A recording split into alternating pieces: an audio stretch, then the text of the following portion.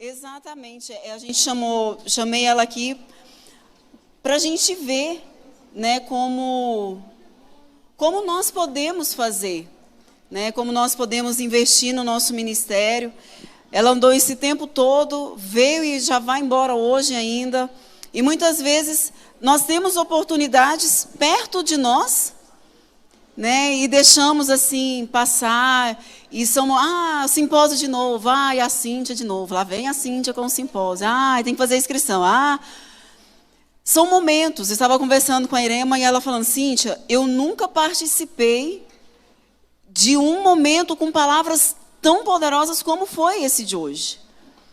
E eu tenho certeza que você que está aqui hoje, não só a Irema, mas que todos nós, né, nós fomos impactados com tudo que Deus ministrou em nossos corações. E nós sairemos daqui com uma nova visão do nosso ministério, do nosso trabalho, que é firmar as crianças na rocha que é o Senhor Jesus. Nós não podemos perder tempo, nós não podemos abandonar as nossas crianças, nós não podemos deixar as coisas passarem. Igual o bispo Ricardo falou, nós já estamos atrasados 5 minutos. Né? Nós precisamos andar adiantados com tudo e nós precisamos deixar uma geração preparada para dar prosseguimento a tudo o que nós aprendemos, a tudo que nós vivemos, a tudo que é ministrado nos nossos corações.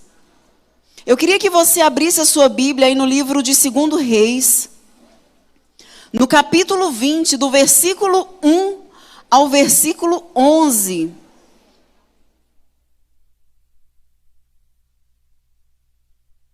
Do versículo 1 ao versículo 11.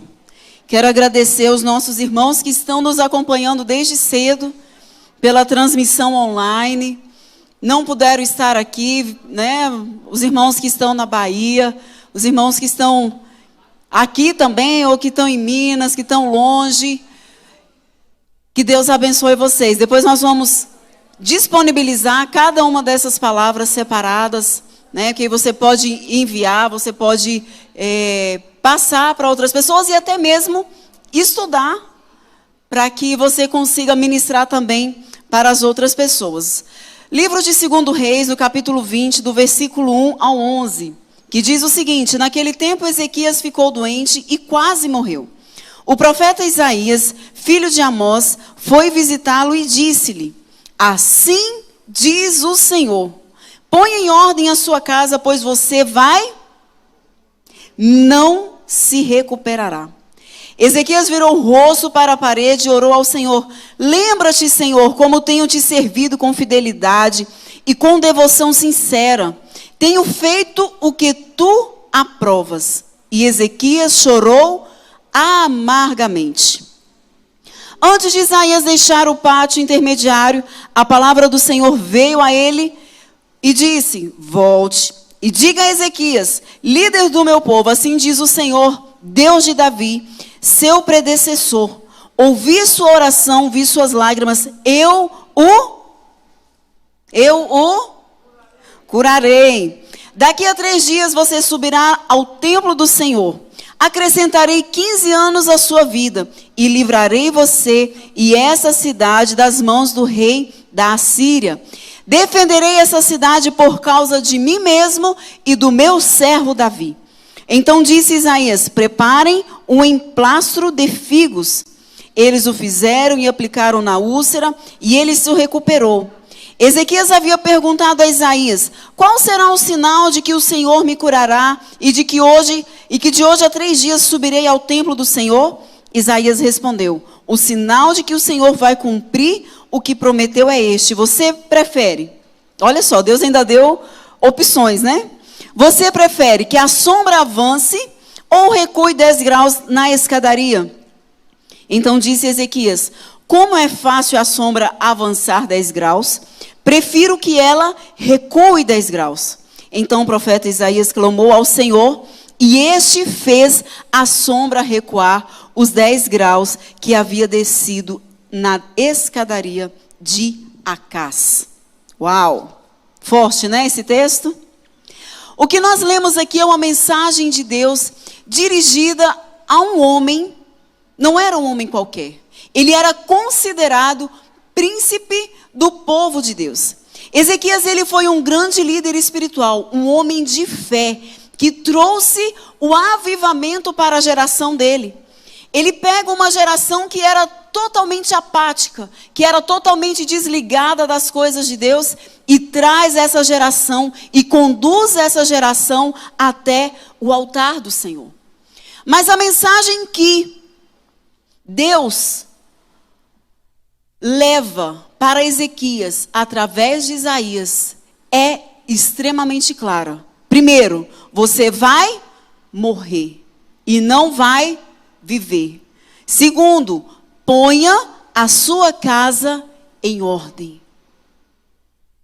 Ezequias, a Bíblia diz que ele virou o rosto para a parede e chorou amargamente.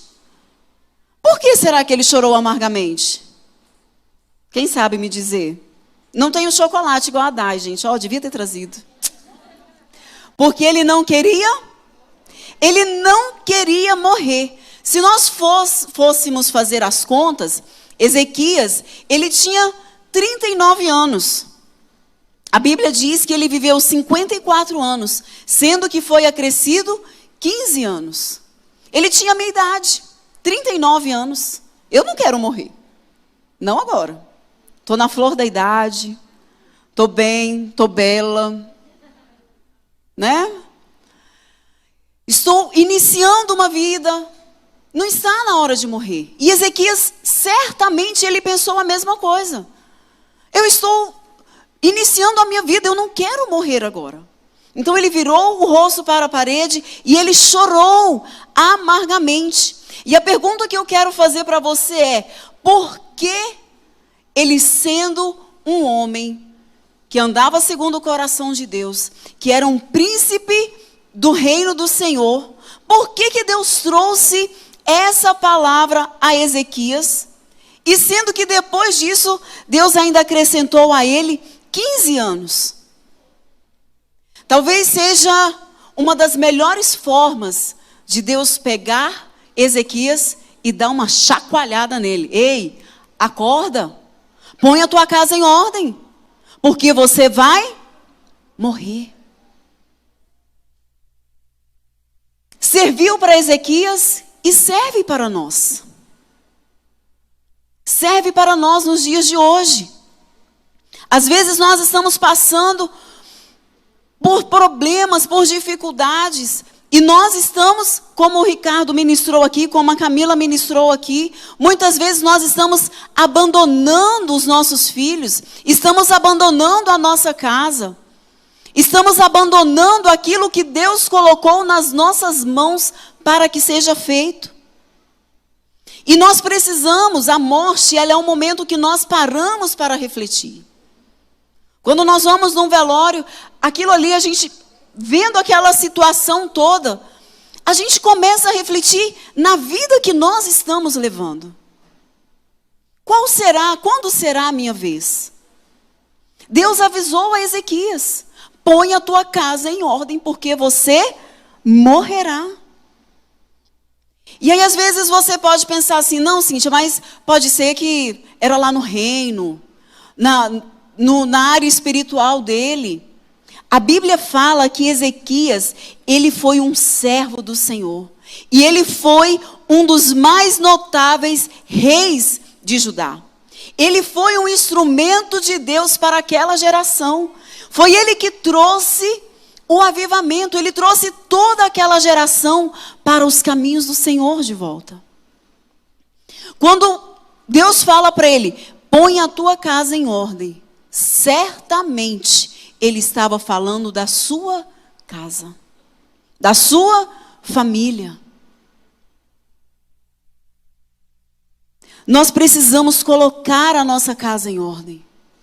Precisamos ter a nossa visão de uma casa organizada, na presença do Senhor.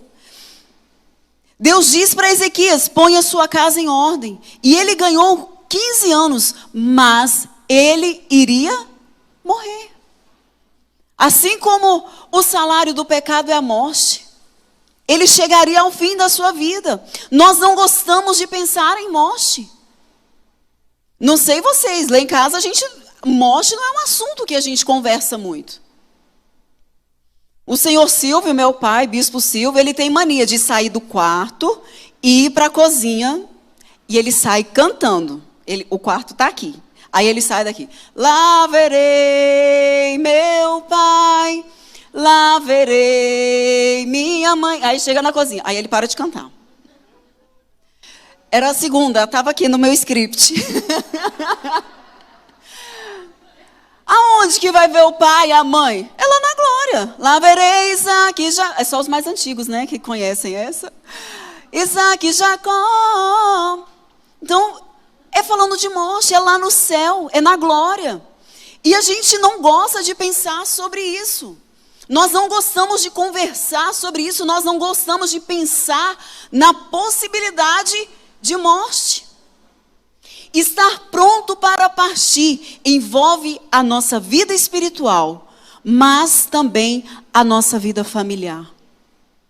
E nós aqui como professores, como líderes, envolve os nossos liderados. Qual o legado que nós vamos deixar para eles? Precisamos aprender a viver nessa terra, não somente pensando no hoje. Enquanto eu estou aqui, eu tenho que pensar quando eu partir. Como será? O papai falou aqui da irmã Nezuca. A irmã Nezuca não viu os frutos do trabalho dela. Os irmãos, os discípulos da irmã Nezuca, eles eram tão abençoados. Vou contar, tá, papai? Que um dia a irmã Nezuca chamou a atenção do bispo Silvio. O bispo Silvio, né, calminho assim, ele ficou nervoso. Foi na casa dele, pegou um estilingue. Alguém aqui conhece estilingue? Estilingue, para quem não conhece, é uma madeira assim, e ela faz um Vzinho assim, aí você amarra.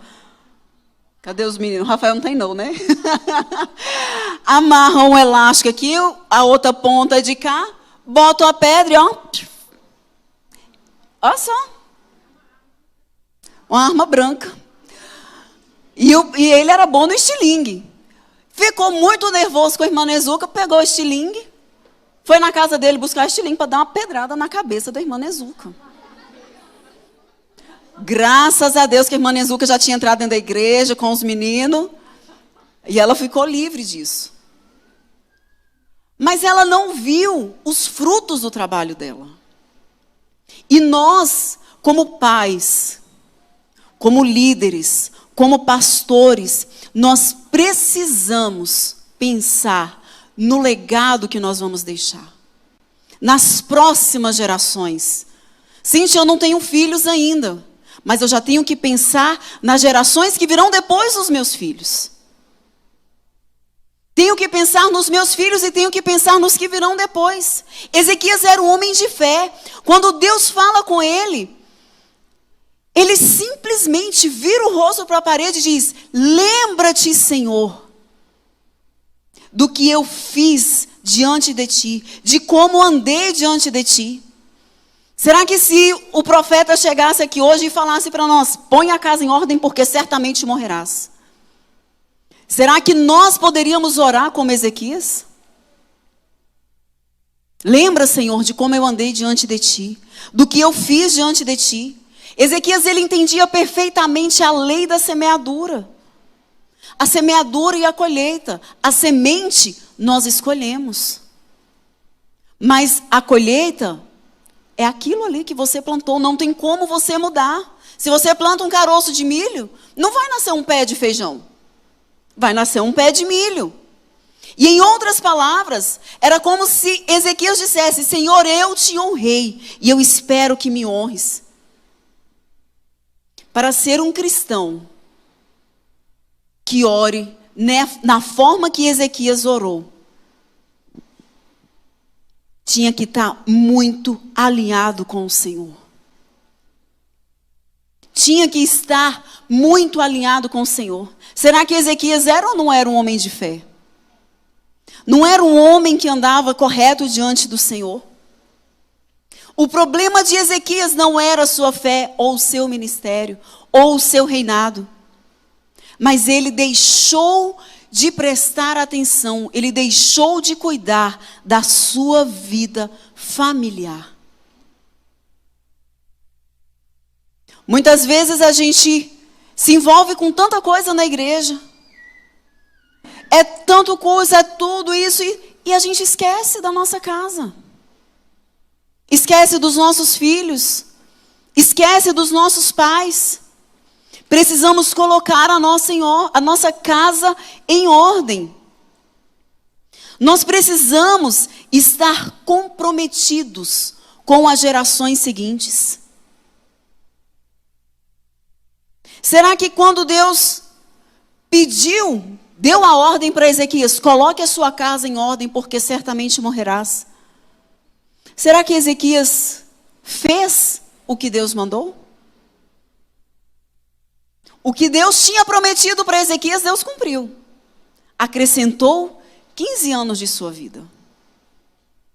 E Ezequias? Ou será que ele pensou só nele mesmo?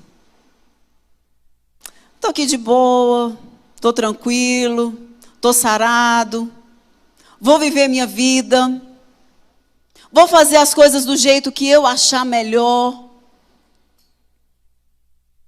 Ezequias, ele olhou para a oração como uma forma unilateral. A oração, ela serve tanto para Deus fazer aquilo que nós pedimos a Ele, como também nós fazermos aquilo que Deus nos ordena fazer. E Ezequias, ele não obedeceu aquilo que Deus tinha mandado. Ezequias não colocou a sua casa em ordem. Ele continuou deixando a sua casa de lado, esquecida. E com isso, o resultado foi resultado trágico. Ele simplesmente gerou uma maldição dentro da sua família. A geração de Ezequias, ela é marcada pelo avivamento. Mas a geração seguinte foi um fiasco. A Bíblia fala que o seu filho, Manassés, começou a reinar com 12 anos de idade. E Manassés simplesmente foi o pior rei que Judá teve na história da Bíblia. O pior. Não foi o mais ou menos. Foi o pior. Foi o pior e mais cruel de todos os reis.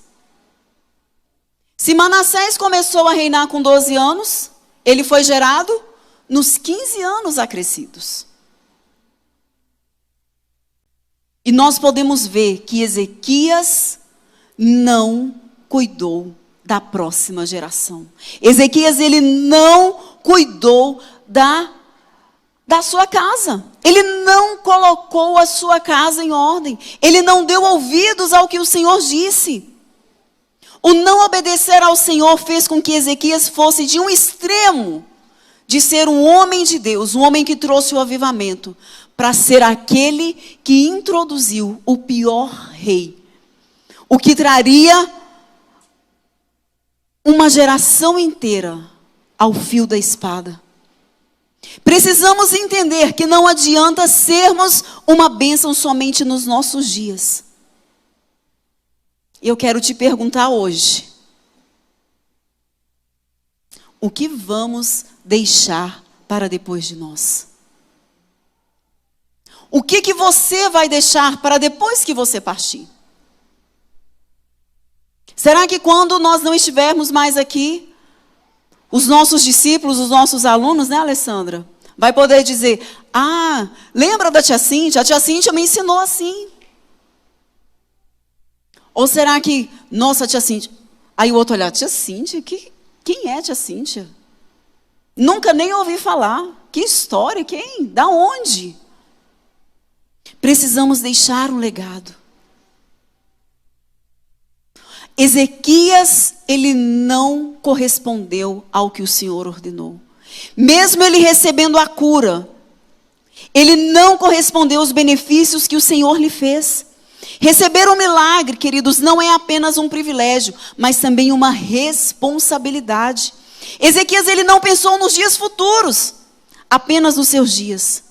Quando Deus pediu para colocar a sua casa em ordem, Deus estava falando da geração seguinte, da próxima geração, da geração que viria.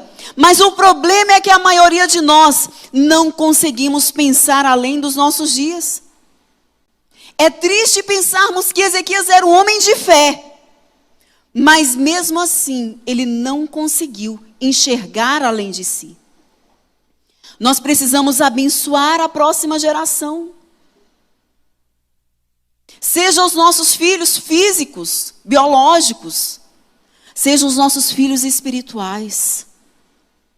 Quando nós lemos a palavra de Deus, nós percebemos que a visão, ela deve estar forte em nós. A visão da continuidade geracional. Nós iremos passar. Quem cuidará das crianças que virão após nós? Quem serão os líderes que cuidarão das crianças que virão após nós? Quem serão aqueles que cuidarão das próximas gerações? Deus sempre está dizendo: prepare a nova geração para que me conheça, tema, sirva e obedeça. Essa chama, ela precisa estar acesa em nós. Ela precisa estar ardente em nossos corações. O Ricardo falou muito bem aqui hoje que tem muitos pais que eles tentam terceirizar a educação cristã dos filhos. E muitas vezes as crianças vêm para a igreja, crescem na igreja, mas elas não crescem espiritualmente. Elas crescem fisicamente, mas elas saem daqui como se nada tivesse acontecido. Não tem um diferencial na vida delas. A igreja, quero que você anote isso nas tábuas do seu coração. A igreja e o ministério infantil precisa ser parceiros na educação cristã das crianças. As famílias, nós precisamos estar juntos com as famílias, auxiliar os pais, como eles vão ajudar os seus filhos a crescerem no Senhor. Nós precisamos pensar que mesmo depois da nossa partida, precisamos deixar que os nossos filhos deem continuidade ao que estamos fazendo. Continuar dando frutos. Não podemos pensar apenas nos nossos dias, mas também nos dias das próximas gerações. Qual será o legado da nossa geração? O que nós vamos deixar após nós? Muitas vezes nós temos ouvido que as gerações passadas, elas não aprenderam. Mas apesar de tudo isso, estamos gastando energias formando bons cidadãos. Está errado, Cíntia? Não está. Bons profissionais? Está errado, Cíntia? Não está. Mas além de tudo isso, nós temos que pensar em formar cidadãos eleitos, aptos para morar nos céus. Nós devemos pensar que nós não podemos ir sozinhos. Jesus está às portas. Olha o tanto de coisa que tem acontecido. Nós precisamos nos preocupar. Eu quero ir para o céu, mas eu preciso levar uma multidão de crianças comigo. Uma multidão de adolescentes, uma multidão de jovens. E para os pais, Provérbios 22:6.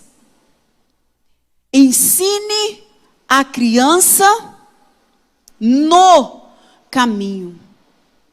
Quando você fala no, é estando junto. Não é indicando o caminho, é ir junto. Ensine a criança no caminho em que ela deve andar. E quando ela for velha, quando ela for maior, ela não vai se desviar. Quando nós começamos a ser negligentes em transmitir a palavra de Deus para os nossos filhos, para os nossos liderados, para os nossos discípulos, o que nós estamos formando? Que tipo de pessoas nós estamos formando? Que tipo de cidadãos nós estamos formando? Nós precisamos nos comprometer com as gerações futuras. E a partir de nós, isso aqui é uma palavra profética, a partir de nós, uma nova história será escrita. Não mais prostituição. Não mais pedofilia.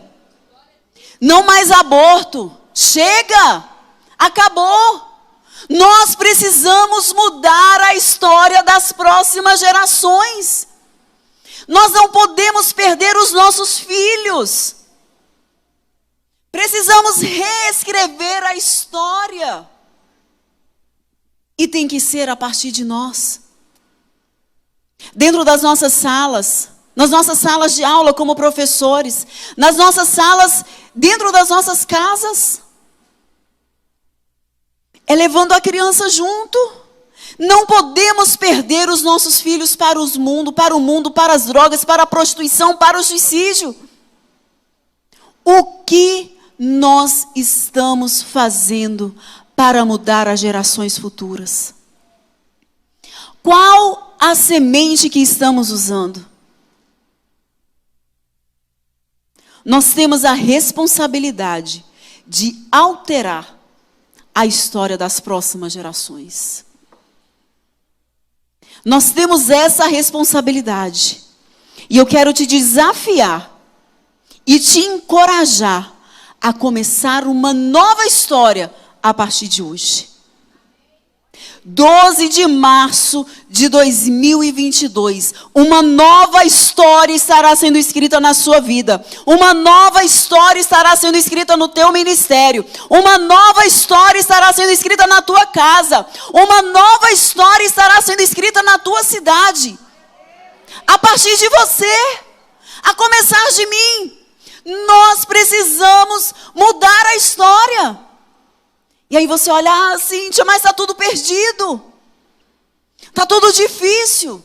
Como podemos mudar essa história? Eu disse para vocês, Manassés foi o pior rei que a Bíblia já registrou. Mas pasmem, no final da sua vida, ele se arrependeu. Ele foi perdoado. E ele foi restaurado. Você pode dizer glória a Deus? Se existiu solução para Manassés, que foi o pior rei da história, por quê? Por que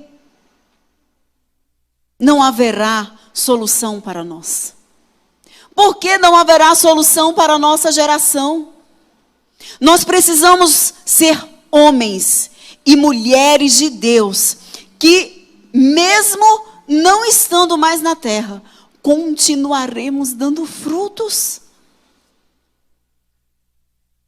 Mesmo quando você partir, você precisa trabalhar pensando em dar continuidade à sua geração, ao seu legado, à sua história, ao seu ministério. Isso não somente na linhagem física, mas também através dos nossos discípulos, que reproduzirão a palavra de Deus, assim como foi ministrado na vida deles.